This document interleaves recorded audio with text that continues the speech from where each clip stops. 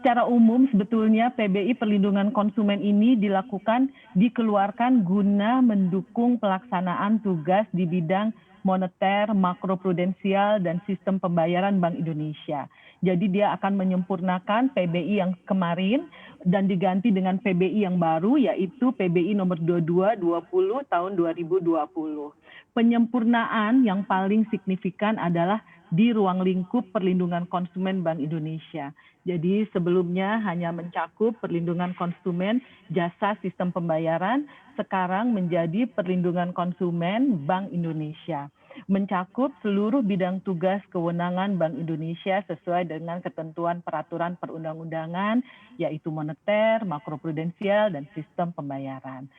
Selain ruang lingkup, PBI ini juga mengubah definisi dari konsumen yang masuk ke dalam perlindungan konsumen.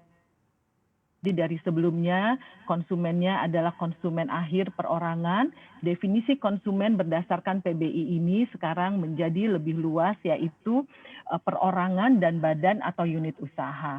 Nah, ini sangat bermanfaat juga untuk melindungi konsumen-konsumen terutama yang masuk kategori UMKM.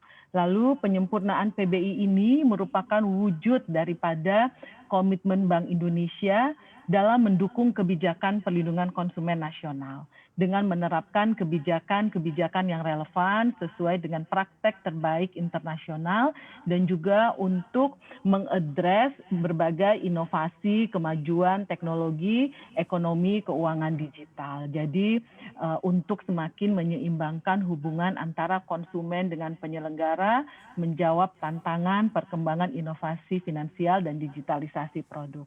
Poin penting yang diperkuat kalau saya boleh ulang lagi adalah satu, redefinisi daripada konsumen dan penyelenggara itu tadi, lalu penyesuaian ruang lingkup, penyesuaian prinsip-prinsip perlindungan konsumen diperkuat sehingga sesuai dengan praktek terbaik yang dijalankan secara internasional, dan selanjutnya juga penguatan untuk semakin relevan dengan ekonomi keuangan digital. Lalu penguatan fungsi pengawasan dengan mulai menerapkan pengawasan perilaku penyelenggara dalam rangka perlindungan konsumen, serta penguatan aspek-aspek perlindungan konsumen di era digital itu tadi. Mungkin itu sedikit bisa saya sampaikan mengenai PBI Perlindungan Konsumen yang baru ini.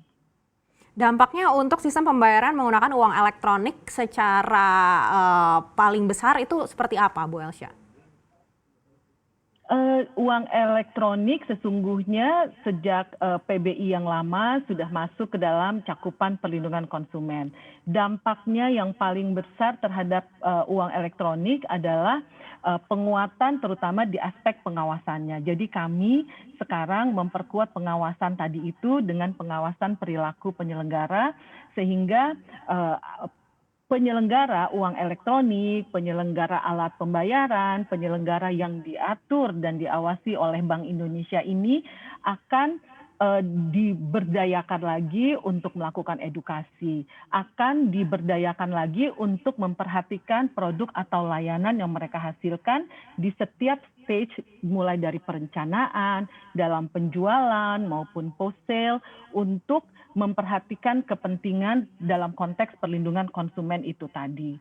Di samping pengawasan perilaku ini misalnya kalau boleh saya gambarkan nanti akan melihat juga bagaimana iklan yang dikeluarkan, apakah sesuai dengan tidak menyesatkan, apakah informasi yang disediakan cukup untuk mudah untuk dipahami oleh konsumen, apakah layanan penanganan pengaduan mereka itu bisa terlihat dengan mudah sehingga ketika konsumen itu membutuhkan untuk menyampaikan pengaduan mereka tidak kesulitan dan bisa segera melakukannya.